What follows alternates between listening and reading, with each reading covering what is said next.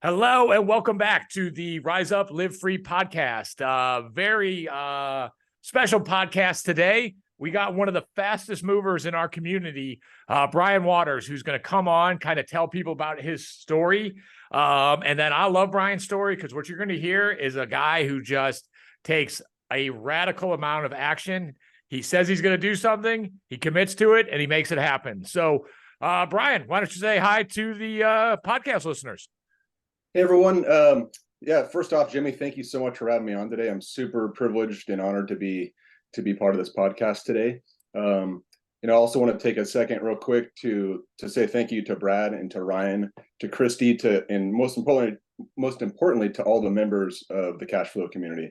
Without all you guys, definitely this wouldn't be even a dream for me. So so I'll just introduce myself and talk a little bit about who I am and kind of give a little bit of background. So I'll start that off. So my name is Brian Waters, born and raised in Huntington Beach, California. I'm married to Yvonne, who's my wife. We met when we were 14 years old. I didn't know that. You married your junior high sweetheart, not just high school, but. Well, to be honest, I tried to date her, but she wasn't having me in high school, so it wasn't until after college that we kind of reconnected. But it's nice. All our friends are all the same people. And she made you wait for after college? Yeah, I had to really better myself. I had to better myself and be a better man, So gotcha. I don't blame her. I honestly don't. Okay. So yeah, we have two amazing 9-year-old twin boys, Leighton and Pierce. Currently, I am a fire captain for Los Angeles County Fire Department. In my opinion, one of the best departments in the country. Lucky to work with some amazing men and women there. Recently promoted captain, right? Recently promoted just this year, and that was definitely one of my yearly goals. We have a family-owned e-bike business in Huntington Beach called Cali Bikes, and most importantly, I would say, the relevance to this podcast is that been a real estate investor for the past couple of years, but just hit my stride really in the past year or so. Absolutely. You want to start there as far as how fast you're moving, or would you like to kind of start how you got into this whole game? Yeah, I wanted to talk a little bit about my career path because it has a little bit of relevance to it. So one thing that a lot of people don't know about me, but I grew up with a mom who was a flight attendant for United. And so I always loved traveling. I loved airplanes, and that's all I ever wanted to do as a kid. So when I turned 18, I got my pilot's license and I became a flight instructor. And shortly after that, took my wife to Hawaii for a vacation. And I came back and said, I'm moving to Hawaii. Do you want to move with me? And sure enough, a month later, we sold all our stuff and ended up on the island of Oahu with no job and no place to stay and just a dream. And so. And how old were you at this point? This was my young 20s, so I would say about 23. Okay. So it was just one of those cool things you could do before you have kids, and that was kind of the beginning of Brian taking action in certain thend I decided I wanted to move. Everyone's like, "You're crazy," and my thought was, "Hey, if it doesn't work out, guess what? I'll just get on a plane and come home. No big deal, right?" Right. So end up getting a job as a medevac pilot over there, flying trauma patients around the island, and that was probably one of the coolest jobs I've ever had. So that was amazing. Spent a few years there, and at that point, I wanted to continue my aviation career, so I got a job flying commercial jets for the airlines. So I go from Hawaii to Chicago in the middle of the winter when I didn't even realize, how cold it could possibly be.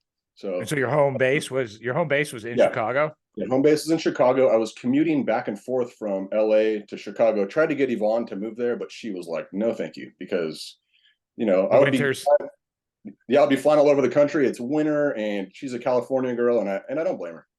So really, the reason I'm discussing this is because there's a couple big jumps in my life from California to Hawaii to Chicago, and I finally get the dream job of my life. And what I realized is that I'm spending the night in a hotel by myself. I'm lonely. It's kind of a lonely world. It seems pretty glamorous, but the one thing that was missing was my friends and my family and my wife. And so a couple years into that job, the airlines, this was right around 2008, the airlines were doing really bad. So they decided they said, we're either going to give you time off or you could take it.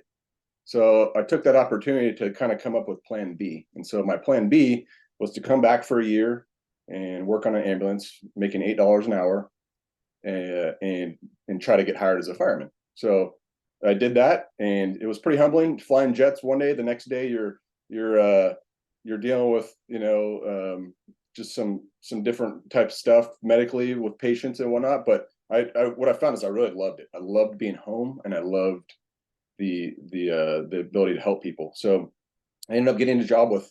Luckily, I got a job with LA County, and I had to walk into my chief pilot's office and just hand him my wings, and he was just blown away because most people just don't quit a job like that. But for me, the most important thing was to be with my family. So, I'm super grateful I made that decision. Again, it was another big leap of faith back the other direction. But I'm super grateful that I did it. And 12 years later, I'm a captain at a LA County Fire Department, and just super grateful for that. Now, the twins were not born when you made this call, right? Correct. Twins are not born, but what I saw was that a lot of that was gone a lot, and I could tell it was affecting my wife, and marriage is really important to me, and being around my family. So that became what a lot of us in this. And was there, when you went from a pilot salary to the high cost living in California to making $8 an hour, was there a certain amount of anxiety? Were you nervous? Oh, tons. But the little parts, this could be a whole different podcast, but a lot of people don't realize that entry level pilot pay is pretty low. And so, my wife was supporting me a lot while I was having to pay for a second place in Chicago, tons of anxiety because, number one, I didn't know if I'd make it through the academy. I'm 33 at this point, and I'm like, if I get hurt, I have no career. Were you like the oldest guy in your class? There was a few people older, but a lot of the guys get hired in their 20s. They're a little bit more physically fit, but when you have that ultimatum, there is no failure, right? So right. For me, it was like, this is what I'm doing. My family depends on me, but it all comes down to what we discuss is the why. Your why at the end of the day was, I'm giving up this amazing career that I've always dreamed of to come back and be with my why. And I knew I wanted to have a family. And so I didn't care the consequences. The why was more important. And, I think we could both agree that that's why we do a lot of the stuff we do, whether it's investing or the careers we choose. So absolutely. No, but I love that story. That's awesome. Yeah. So that's just a little bit about Brian and how I got to where I'm at. But, this is obviously a podcast a little bit more about real estate stuff, so I can kind of share my journey, and it's somewhat unique. So Jimmy, did you grow up with a dad that was a coach or a teacher or something? I remember. Yeah, he started teaching, but then me and my brother could really put away some food. So being a teacher at a Catholic high school wasn't paying the bills. So he went into flooring sales, but he always, I definitely could tell I had a history teacher and a coach at the house. So he coached all our little league and all that stuff. Yeah. So I feel like we have a similar background in that. So I grew up blessed to have an amazing mom and dad. My dad was a high school teacher, and he was a college football coach and a high school football coach for 30 years. Oh, nice. He coached me in little league football and all that. And the reason I'm saying that is because what he kind of instilled in me at a young age was work hard. No one's going to do anything for you. You have to be accountable for your actions. And so I admire my dad a lot. He's still my best friend. And the one thing that he did early in his career, he didn't make a ton of money, but one thing he did smart was he started investing in some real estate properties. Right. So this is what, California in the 80s? Yeah. This is California in the late 70s, early 80s, where I think their first house they bought was $75,000. So he did he? I mean, did he have a hunch it was going to blow up the way it was going to blow up, or no? He just old school. He wanted to be in charge of his money, and he wanted to. I think even at that point, he knew that it was a pretty smart thing. He knew that his teacher salary probably wasn't going to be something to create this generational wealth for our family. So yeah. So I grew up around that, and I didn't really understand it. I just know that I would go with him to collect rents. and I would do stuff, and he'd back then they didn't have power tools really. Like I'd go over there with a screwdriver and unscrew like 20 cabinets. It would take me like 12 hours because, and I was like, I hate this. This sucks, but hey, that's good training. You realize that's not what you wanted to do. Exactly. Yeah. Yeah, exactly. So I grew up around that, and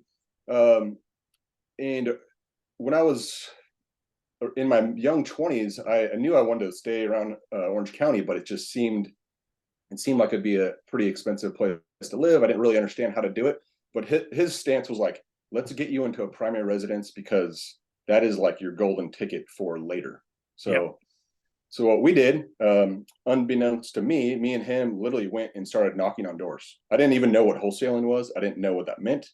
So you were door knocking for the first house. I was door knocking for the first house for my primary. We found a really nice. Dude, your dad's awesome. Dude, Jimmy, you'd love him. He is the best. Like I hang out with him. I see him 5 times a week. He's the best.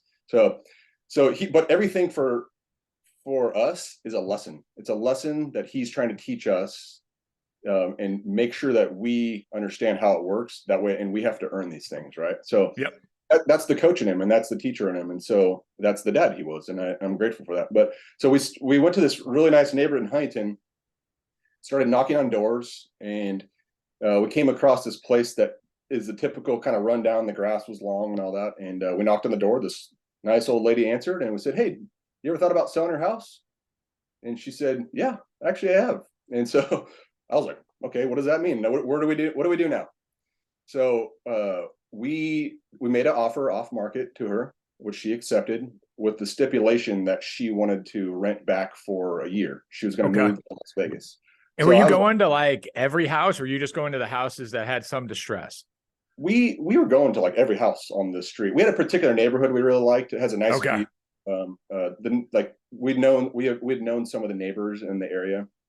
So yeah, we rented back to her, and I just continued renting at that point with some friends.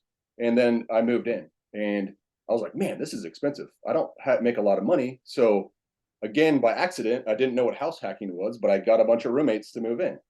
Nice. So help me cover the mortgage. So I'm like making all these mistakes at a young age. Not even mistakes. I wouldn't call them mistakes. I'm making wins, but I don't know that I'm winning. I just know that it seems like a good thing to do, right? Yeah. So I have a bunch of roommates. It's a blast. We're having a good time, and later on end up with my wife Yvonne, and she moves in, and again we're just like, we can't afford this, so we have more roommates. So it wasn't until the time that she was about 2 months ready to give birth to my twin boys that we finally were like, we need to grow up and actually build a baby room and not have roommates. Like, we're adults, yeah, right? Yeah.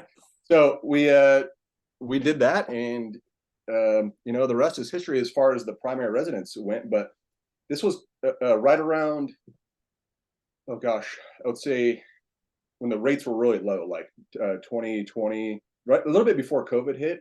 Yeah. We were able to refinance at a super, super low rate and pull a bunch of money out and just sit on it. And again, this is kind of coaching from my dad, coaching from some of the how long had you owned the house? Probably about 10 years. I think it was around 15 at that year. So we had quite a bit of equity. I mean, the prices skyrocketed and so we pulled out a bunch. We refinanced for 2.625, and we just were like, we're sitting on this money.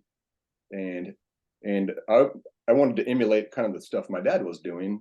But looking around Orange County, California, for those of you who know, I might as well just hand you a pile of money and say, here, live in my house. It was daunting. I'm like, there's no way we're going to be able to afford a house in Huntington Beach. So when you talk to your dad about like, hey, I want to build up some rentals like you did, how many rentals did your dad get up to, by the way? Well, so he ended up getting a triplex and another single family. So he kind of stopped, but he's old school. He manages them still to this day, and he goes and literally will throw hammers and mow lawns and stuff. He just that generation of people just did things different. Not that they're wrong, but they were a little bit, they weren't more hands on, right?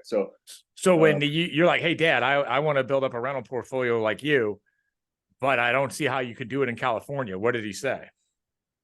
Well, he really suggested that I look around, I keep looking, just kind of get creative and make up some stuff. So what we ended up doing is another friend. It's kind of ironic, but my real estate friend around here, his name is Jimmy also. So I think there's something with Jimmy's. They're just good guys. Really yeah. Yeah. So Jimmy, we started kind of opening up the net around further out. I didn't want to pay for someone to live in the house. I knew that California had a pretty good appreciation game. So we ended up finding another firefighter, actually. And this was like, let me back up a little bit. This was 2021 now. So COVID, we're pretty deep in the COVID world. Yep. And prices around here, there was people bidding 20. Were you guys still going to work in COVID? What was it like being a California firefighter? As a firefighter during COVID, yeah, there's no days you guys, off. Yeah, you guys, they didn't shut you down, right? We worked more, Jimmy, because everybody was home doing dumb things.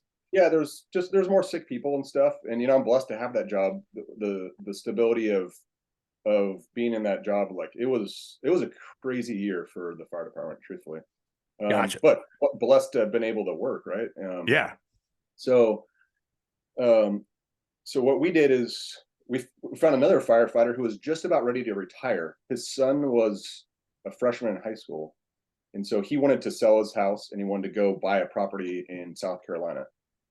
He was kind of fed up with the whole COVID deal around here, so we bought another house off market down in Marietta. Marietta is kind of borders Temecula, and for those of you who know this area, it's right around wine country. There's a bunch of wineries. It's a real pretty area. But again, he wanted to rent the house back for 3 years. So for me, I was perfect. I was like, great, this guy has pride of ownership. He's a fireman. He takes care of the house. His kid's going to be there for 3 years. I don't have to pay him to live there. I'm like, real estate's red. I love all this. So right? Did his rent cover the mortgage? Yeah, it literally was like break even perfect. It was perfect. And this guy was such a good tenant. But it allowed him to liquidate the house, right? He put a chunk of cash in his pocket? Correct. Yeah. Okay, cool. Yeah, so he went and took that money and put it down on a place in South Carolina where he was planning on moving. So, and then I rented back to him. He literally would ask me, hey, do you mind if I paint the wall behind the water heater so it matches? And I'm like, yeah, great, thanks. He was great. The best tenant I've ever had. Truly. Is he still there? No. So this is where the stuff starts not going wrong, but starts. You enter the road of trials. Right. I realized that these things I've been doing have been going so well. Eventually there's something going to happen. Right. And yeah. So he decides that COVID's a little bit too much for him and the family. He needs to retire, and he just pulls the plug right around year one. Okay. But again, these are issues that we have in this investment world, and it's all how you handle them and how you deal with the adversity. And so we literally went in there. A bunch of us did some quick painting, fixed it up. He kept it so nice that it was really pretty easy to turn it over. 8 days later, I found a tenant. So I was only out of a tenant for 8 days because I just went after tenants like all over the place, and have this awesome family now living there, and that's been for a few years. So nice. Yeah. And I'm like, let's rinse and repeat this. This is real estate's easy. I love this stuff. Then I'm looking around California again, and I'm just like, the landlord rights are rough. The taxes are high. I don't have enough capital just to get going again. And we're talking to a couple of friends of ours. I want to give a shout out to Chris and Christy Copa. They go, hey, check out this group. This is a group called Cash Flow Tactics. We've been kind of watching what they're doing, and they had bought a bunch of out-of-state property. Mm-hmm. So enters into my life these three crazy guys on the internet. And I don't know if you know them, but the guy named Brad, Ryan, and obviously you, Jimmy. So yeah. So at that point, I was like, I need help. I just need help. I don't know what I'm doing. I need to form a team. I need to form some knowledge. And I just entered the Cash Flow Tactics community, and I was blown away. I was a little like not sure about it at first, because there's so many things out there on the internet and online that are gimmicky and whatnot. But I was like, hey, I have nothing to lose here. I don't know what I'm doing. I need help. And literally, I'm just want to give this a compliment to you and your team. Like, you guys have changed the trajectory of my life for sure, in my family's life. And for any doubters out there, like, obviously, me and what I've been doing lately.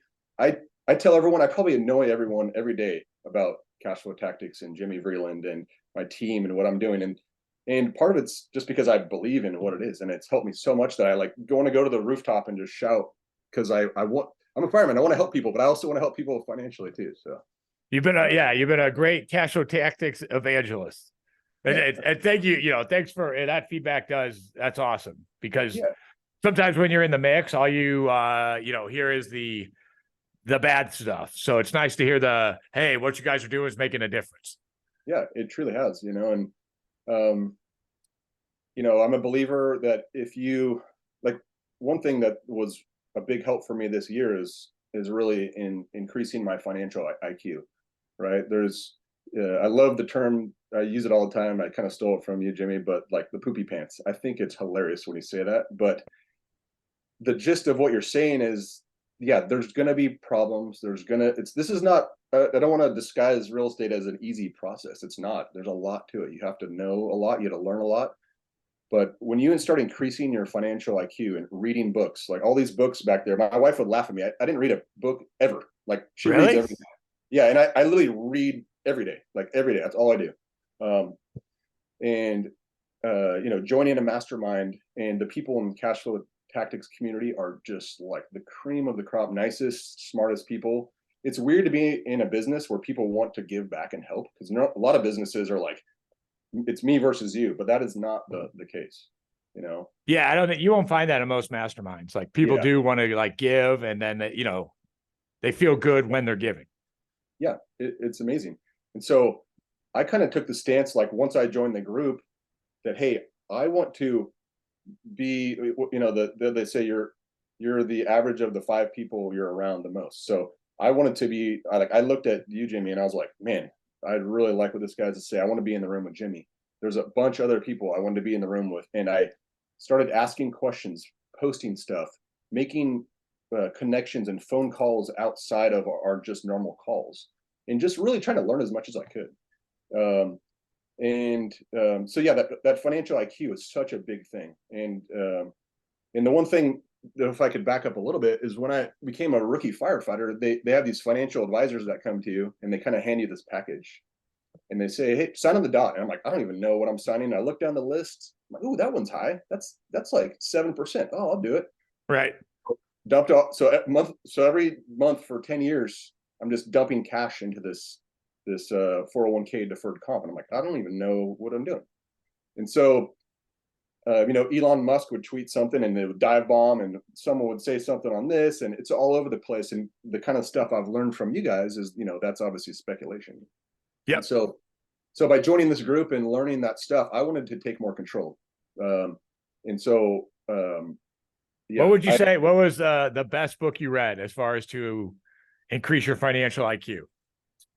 The best one I read, I mean, I've read so many good ones, but I would say Who Not How was probably a game changer for me. I believe it's Benjamin Hardy that wrote that. Yeah, Ben Hardy and Dan Sullivan. Yeah, that book was amazing. And really what I learned from it is you don't have to know everything, right? I don't want to knock on doors ever again. I did it once, obviously. I told you that story. I don't want to throw hammers and build stuff. I don't want to talk to tenants in the middle of the night and deal with toilets. I don't want to do a lot of stuff. And not only do I not want to, but I'm probably not very good at a lot of those things, right? So the who, not how, is when you find those people that are very good at that, and you bring them in as part of your team. And so part of that's having a mentor like you, Jimmy, and there's times where I'm probably annoying you by texting you at 10 o'clock at night, asking you questions, but you're so many steps ahead of me that I'm using you as a crutch in my business to move my business further. Right. Well, not a crutch, a lever. Yeah. A lever. Right. And that goes the same thing. Like, we're talking about out of state rental properties. I don't have the ability to go change a toilet at 2 a.m. when I'm on the beach in Cabo with my family. But guess what? I know someone, and I'm willing to pay the professionals to do that. So in that who, not how, my who became cash flow tactics. It became you, Brad, and Ryan as mentors. It became the members of that community. It became the lenders. It became, my CPA. It became my banker. It became all those people, my property managers, you name it. I have a whole plethora list of these professionals that are good at what they do. And once you get those who's in your life, like the sky is the limit, because now you don't have to know the how to do it. You have the who to do it for you. So yeah, and just the way you've been able to grow so fast the last couple of years, like I'd say, like part of your unique ability, another Dan Sullivan term, is that you're able to build teams together. My team enjoys working with you. I enjoy working with you. So you're easy and fun to work with, which is, if someone came to me like, hey, how do I start building wealth? I'd be like, be easy and fun to work with. Yeah. Well, I appreciate that. Thank you. Its feelings are definitely mutual on that. Yeah. So that book was absolutely amazing. And this year alone, I was able to learn the process and understand how to buy out of state property, which seems very daunting, right? And I was able to buy 6 different rental properties this year alone, which is, to me, I'm still thinking about that daily. I'm like, how was I able to accomplish this? But yeah, I mean, dude, that's in 2023. And then how many were conventional turnkeys and how many were creative? So 3 of them were conventional turnkeys, which I highly advise for someone doing their first deal out of state. I really think if you get the right team for that, the process is so simple. It literally is, you hand them money, they hand you keys, and then they start handing you money back. So it's as simple as that. Thus the phrase turnkey. Thus the phrase turnkey, right. And it gets back to, everyone would say, isn't that risky? And I go, what was risky for me was sending money through my paycheck every month to something that I didn't know about, right? And now I know down to the dollar what's coming in and out of my bank account and kind of how things are going. So I'm way more in control, and I love that. Can we dive into that question real quick? Because this is where I've just been here's what when you sell something for too long, then you lose a little bit of being right on it, right? Mm-hmm. But like, I just, I own a lot of single family rentals. It's just like, I don't understand what the risk I see is the aggravation, but as far as monetary loss, I don't necessarily see it. And then I know it's like I'm pitching my own product here, but when and then now we've gone through a few economic cycles since we started Cash Tech's last 5 years. But like when the market goes down or goes up, like I have no desire to watch CNBC. And like, that's my favorite thing about rentals, to be dead honest. Yeah. Like, what do you think the perception is of the risk? And then what do you think the actual risk is? Well, I can tell you, because I talk about this with a lot of people, and I don't try to get into arguments, but naturally people are coming to me now and asking me, hey, Brian, what are you doing? We see you doing podcasts, and we see you on social media, and we see you at meetups and part of these groups. Like, what is it that you're doing? And so then when I start talking to them about investing in real estate out of the state, you get the typical answers like, oh my gosh, that's so risky. Interest rates are high. What if this, what if that? And it gets back to like, you have to financially educate yourself and understand what you're risking. And yeah, sure, there is some risk in anything you do, but it's how you mitigate those risks. Like, have 2, 3, 4 exit plans, have contingency money, because it's not if, it's when something's going to happen with your property. Have good teams in place to mitigate those risks. But you are a little bit more in control of those risks. And being a firefighter, we are control freaks. We like to control situations. But you're also professional risk mitigators. Yeah, I want to give a compliment to those I work around, these amazing men and women. We get a call that comes out. We don't know what it's going to be, and we get there and we have to solve it. It'll blow your mind, some of the stuff that we do. But like, your least risky day is if fire didn't exist and houses don't burn up. But we don't live in a world where, so you guys, every time you put on the uniform, you accept, hey, I'm accepting some form of risk, and I can't eliminate that risk, but now my job is to mitigate it. Right. And so I'm not the expert at everything by any means, but guess what? I'm surrounded by these men and women that are very talented. And so the way we run our organization is everyone has a say in what we do, and we utilize those resources around us, to to solve any problem. So I'll ask the 3, 4, or 5 people I'm working with that day, if you see something, say something, let's solve this as a crew and a team. And that really correlates back into the business world. And so back to the original question, I think that there's just a lot of misinformed people about the risks associated with real estate. And so I'm kind of on a mission myself to talk to a lot of these younger firemen and talk to some family and friends about other options and kind of why, I think once you start proving to them what you're doing, and for me, I'm super happy to be on here because I'm kind of literally 2 years ago, I didn't have, 2021, didn't have any real estate investment. Now I'm up at 7, and 2024 is going to be crazy. I can't wait. I'm going to just fire through just so much stuff. But the thing is, like, you got to learn how to do it, and you have to take action. You have to take action. You will make mistakes. You will get knocked down. Get up, use that as tuition, and so just educating yourself. That's what those people need to do. But I've been able to see that these risks aren't that risky, and especially learning from people like you and the others that have been doing it. I'm learning from your mistakes and from my own and pushing through those. And then I think that's also the power of the mastermind is everybody is able to share kind of the mistakes and the wins that they've had. And then it's always easier to learn from somebody else's mistakes than your own.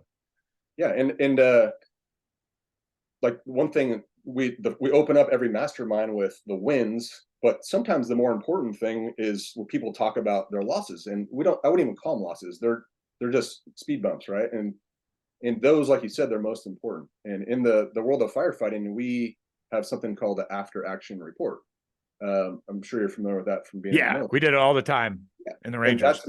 I do that in everything in my life now. So what that is you get together and everyone talks about how the event went and whether it's changing out a toilet or putting out a fire, and everyone gets to speak openly and candidly about what they did good and what they did bad in hopes that we're all going to learn from each other.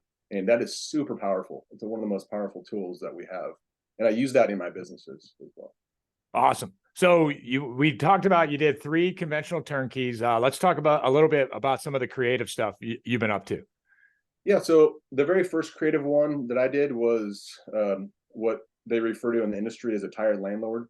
This landlord had bought a property for the year before. He had a couple of problems. He had a tenant move out, and then his HVAC unit got stolen. And this was a firefighter buddy of yours buying out of state as well. Right. Firefighter buddy out of state buying. And it's he's a great friend of mine, and I would never say anything bad. I was able to look at it from multiple angles, and he wanted out of it. He was going to sell it regardless. So basically I just went over and I took over his tenant, and that became my property. So, and then he was able to get out and do what he wanted to do, so everyone was happy. It was a good. But you use your financing, right? You didn't sub to his stuff. Correct. I use my own financing. That property's been going great. I just literally turned the switch over, and I kept his tenant that has a 2-year lease on him. So for 2 years, I'm gonna have that tenant hopefully. And you bought it. So you bought it at his purchase price, which the purchase price was about 2 years old, right?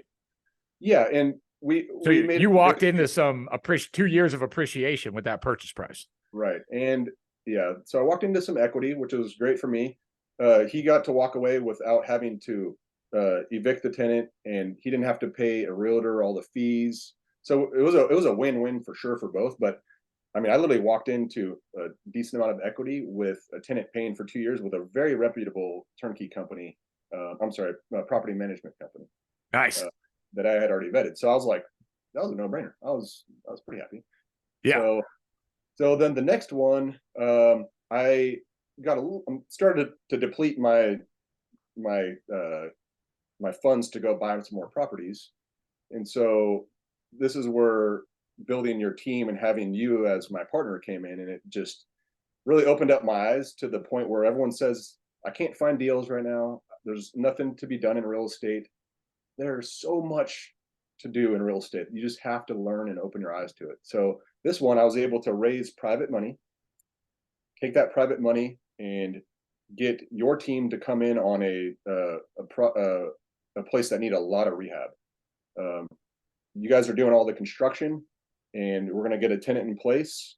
In the meantime, I'm paying a very nice interest rate monthly to my investor, my lender, and it's collateralized by the house. So at the end of the day, if something goes wrong, they get to take the house. There's no other place on the planet that you can have those two things, right? I mean, it blows my mind. And then that's why I love how in Rise Up, how we really dove into the creative deals, because no matter who you are, like if you're making $1 million a year, you're still hypothetically going to run out of cash for conventional deals, conventional turnkeys where you leave 20% down. But if you, because truly I think to build wealth, you have to become an expert at how and when to use other people's money. So now it's been a ton of fun with the mastermind, teaching people how to raise private money, which is the best financing out there, showing them how to do the BRRRRs, and then watching people. Because if you're going to do conventional turnkeys, how long would you be waiting for your next deal? Yeah, I mean, you're gonna have to raise the capital to do it on your own, and that gets back to the old analogy of you're going to go give your own time, which is precious, away to get money to later go buy the property. So it's going to eventually, like you said, no matter how much you have, you're going to run out. Yep. And another compliment to you is like, you see all these gurus online. Hey, come join my course on how to wholesale and flip, and like that is like a 5-year course on how to do it. But you guys have put together this like amazing outside the box package of really. I mean, I'm learning how to do this stuff through you, but like you're partnering with us and enabling us to do it. So it's like it makes the process so much easier and the learning curve easier. And the fact that you've done this so many times like gives me such. I sleep at night really well. Well, here I looked around, right, and I look at like, hey, what do I want to do if I want to start in real estate? And part of it, I have an interesting perspective of, because being a facilitator at CG Select, which is a group of 100 essentially wholesalers starting out trying to build their business. But it got crystallized in my mind, like, you as a firefighting captain, you have a cash machine, right? You have a great job where you get to spend time with your kids. You love the guys at the firehouse. I hate how the entire real estate education industry is trying to convince people that they need to quit their job. Like, it's asinine. And so once I was able to get crystal clear in my mind of the audience that we are going to serve are people with cash machines who want to grow their wealth through real estate. But I can't stand it when a wholesaler educator is trying to tell someone with a cash machine to leave the cash machine, or that they should leave the cash machine. And that and then you agree, like, it's when people are getting started, there's a void in the education space, because it's really trying to teach everybody to become wholesalers or flippers. Yeah. And recently, a lot of the younger firefighters I talked to, they're like, man, I just want to be able to get out of this industry. And I forget the podcast I listened to, but I love the way they frame this. They're like, we should rename the W-2 as the down payment generator. Like, that should be the new, it should be called, instead of a W-2, it should be called down payment generator. And the bankability generator. Yes. And so it's been kind of a blessing for me, because in my career, you get burnout and stuff. There's a lot of stuff we have to deal with. But at the end of the day, like, I finally had this like epiphany moment. I was like, the LA County Fire Department for me is the golden goose. It's the golden goose. I am blessed beyond. I can't even, like, it's given me such a new perspective. Like, I go to work every day super happy to be there. I want to work hard, train with people. I want to give the community my best, but I'm like skipping around work, knowing what that work provides for me on the flip side. And so without that, well, and just talking to you there for a lot more than a paycheck. Like, you get the camaraderie, you get the teamwork, which, no one likes to work in a vacuum. And working on a team that you love being on, like, you can't put a price tag on that. Yeah, it is. It's so much fun. And now that I've had that new perspective mentally, another good thing that joining this mastermind has done for me is it's really, really worked on my mindset. And that is such a big part of this too. Like, I'm probably in better shape than I've been in. I'm back to my high school weight. I read a bunch of books. I wake up before the world spins to go do stuff. I've become a better version of myself because I'm around good people. And, so I'm grateful for that, for the community, big time for that. But I have found that if you improve in any aspect of your life, it will generally bleed over. Yeah. And I think like if you get better at working out, generally you have more energy, which makes you better at work. You get better at work, it gives you more energy, which gives you more energy to work out. And now you have the capacity to be better with your family and to give more to everybody around you. Yeah. 2023, I will remember for the rest of my life as being one of the changing years of myself. And that's why, like, I wake up every day. I can't wait to, like, the Thursday meetings with all of you guys. I'm like, the night before, I'm like, man, Santa's coming tomorrow. Santa's going to be here. I'm so excited. And then it ends, and I'm like, I can't wait to discuss more. And like, I'm just eager for the knowledge and eager to like give back. And so I'm kind of on a personal mission too, to help these younger firemen and to help a lot of my friends and family.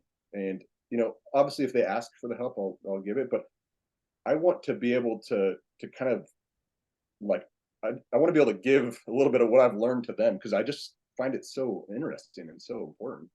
Well, so speaking of getting up every day and whatnot, so inside the community, you have one of the most detailed and I would call inspiring major definite aims. Can you kind of go into the major definite aim and kind of how it serves you maybe daily or weekly or monthly? Yeah. So the major definite aim is something, it's almost like a future letter to yourself, right? And the one thing, back to my mom and dad, and especially my dad as a teacher, one thing he taught me, because I would come home and he's like, hey, did you do your homework? I've always been kind of a goody two-shoe good student, but I believe that when someone assigns you a project, you need to do it. It's kind of like if you join a gym at the January 1 and you don't work out, you're not going to get fit, right? So right, you take that action and do the stuff. And so one of the things within our community that was pretty important was doing the major definite aim. And basically it's a letter to yourself from the future to be able to motivate you and to read. And so I read it every morning. It's right here. It's just, I have it laminated. So and it's called Win the Moment, Win the Day. And this is a personal thing for myself, so I won't read it, but it's something that when times get hard or I think that there's a struggle coming, I'll read it, and it gives me that motivation, and it has a lot of the whys in it, back to the why we're doing these things, your family, your friends. But I think that's super important. And the other thing that I've learned from this group is to set targets, set goals, 90-day targets. One of my best friends, Matt, who I love like a brother, he's a fire captain for Long Beach. He's my accountability partner. We kind of use it, don't tell the wives, but we use it as our excuse to get together for lunch every once in a while. But we held each other accountable. And when it's on paper, it feels good to cross out. It feels good to, Well, I personally think once it's on paper, then your brain can't help but go to work to figuring out what's the next step. And so like my version of the MDA, I'm not going to say I look at it daily, but at least 4 times a month, I take a pen and I circle it. And then I can say, hey, am I on track or off track here? And then my brain, while it's writing that circle, is being like, oh, it's off track. Here's a solution. Here's the next way to kickstart it. But if I just have a bunch of nebulous wishes that I think about either when I'm only up or only down, like you'll never act towards making that happen. Yeah. And I remember it's funny, my dog just ate this letter, but at the cash flow fly-in in Utah a year and a half ago, we had to write a letter of the goals for ourselves. And like literally, I almost cried when I read it to myself this year in Utah, because I was just looking at it going, I can't believe I accomplished all that. And it was because throughout the year, I had that in my mind. I don't want to show up, read this letter, and be disappointed in Brian that he didn't accomplish it. And literally, my dog ate it 2 days ago. My wife's like, "What's this letter?" And it was halfway gone. And I'm like, "I don't need that anymore. I'm done with all that stuff." But, right. It was a good feeling. So I highly encourage people to set those targets, set those things. But one other thing, it's not just for times when you're moving forward fast. Sometimes it's good to read it and go, "Hey, I need to slow down and like regroup and be around those people and friends and family," because that's the why. So it's a 2-part thing for me. It speeds me up when I need it, and it slows me down when I need it. Right? Well, then I think so. There's also I think it helps you get through an abyss. I think it's a North Star. It reminds you why you're trudging through it. And then also it helps you stay out of the gap, because I like to check it once a quarter to see how far we've come. so that you're measuring backwards to see your progress. And that's very inspiring as to always being in the gap, being like, hey, I haven't achieved this yet. Yeah, I agree. So, yeah, I mean, I can give a couple takeaways from like our conversation real quick. Yeah. And unless you have anything else, I can just kind of go through a couple of really important things I think that everyone should take away from our meeting today. Yeah. Yeah. Number one, I would say take action. Take action. You're going to have problems. Get over it. Put away your poopy pants, as Jimmy says. There's light at the end of the tunnel. There's people around you that can help you through these times. I would be happy to be one of those people, but that's a huge thing. Take action. Number two, educate yourself. Without that education, you're just going to make rash decisions, and at the end of the day, you're speculating again because you're not making education a big part of that. So, three, and probably the most important, is surround yourself by like-minded individuals. Get a good mentor.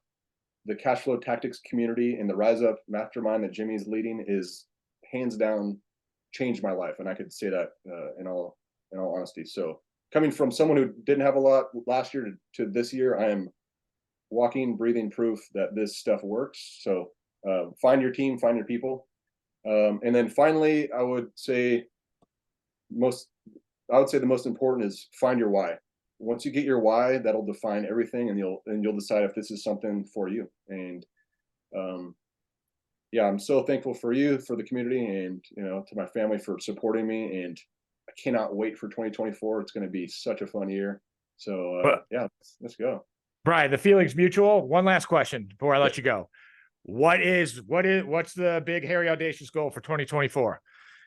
So 2024, I've gotten into this private lending stuff where I'm getting, I've had a few private lenders work with us.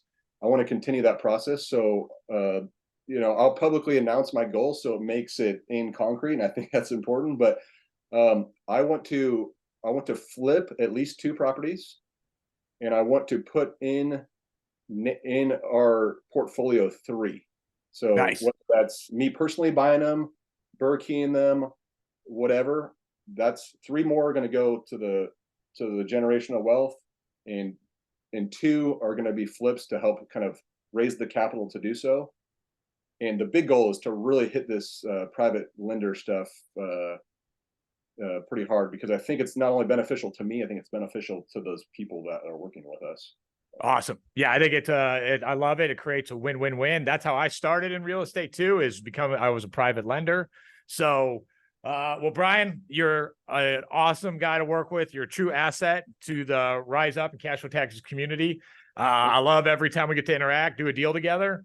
And thank you for coming on the podcast today. Yeah, you're welcome. Real quick, if anyone has any questions for me, like, I'm going to kind of go on a limb here, but I'm going to give you guys my information. So Brian@code3invest.com. Any questions? I love this stuff. Please contact me. Also, and what about them DMing you on Instagram? Oh, the DM. So website would be code3invest.com. And that's the number 3. And then for Facebook, it's Mr.Brian.Waters, and then Instagram, Mr._Brian.Waters, or Mr._Brian_Waters. So that's a lot, but just go on my website or email me. And yeah, so blessed to have this opportunity, Jimmy. Seriously, thank you. And I look forward to 2023 and growing more with you guys. So thank you. Awesome, bro. And then if you guys are interested in anything you heard Brian talk about as far as Burr keys, flip keys, tired landlord deals, either just DM me on Instagram @Jimmy Vreeland. So Brian, great podcast. Thank you for your time. Thank you, sir.